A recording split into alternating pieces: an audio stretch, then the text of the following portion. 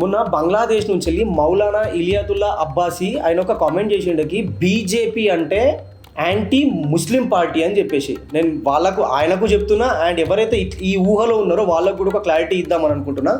BJP ముస్లిమ్స్కి ఎంత గట్టిగా సపోర్ట్ చేస్తుందో ఈ ఒక్క ఇన్సిడెంట్తో మీకు కూడా అర్థమైపోతుంది. ఇలియాస్ ఖాన్ అనే వ్యక్తి వెస్ట్ బెంగాల్లో తన ఒక పెద్ద హైవేకి తనది 8 acres ఆఫ్ ల్యాండ్ ఉంటే టీఎంసీ గుండాలు వాళ్ళ పార్టీ రూలింగ్లో ఉన్నప్పుడు ఆయన ప్రాపర్టీని లాగేసుకుంటే దానికోసం ఆయన ఫైట్ చేస్తున్నప్పుడు వాళ్ళ కొడుకుని వాళ్ళ తమ్ముడిని ఇద్దరిని కోల్పోయిండు.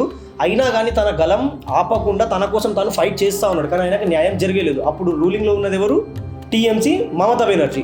కానీ ఆయన హోప్ వదులుకోకుండా ఎవరైతే ముస్లిమ్స్కి సపోర్ట్ చేయని పార్టీ బీజేపీ అన్నారో అదే బీజేపీ పైన హోప్స్ పెట్టుకొని అధికారంలోకి వచ్చిన తర్వాత ఆ బీజేపీ గవర్నమెంట్ని ఆయన పోయి రిక్వెస్ట్ చేసుకున్నాడికి నాకు సో నా లైఫ్లో ఇది జరిగింది, నాది ఇల్లీగల్గా నా ల్యాండ్ని లాక్కున్నారు అంటే బీజేపీ గవర్నమెంట్ తన సైడ్ స్టాండ్ తీసుకొని ఆ ల్యాండ్ని తిరిగి ఆయన పేరు మీదకి రాసి ఆయనకి ల్యాండ్ ఇప్పించింది.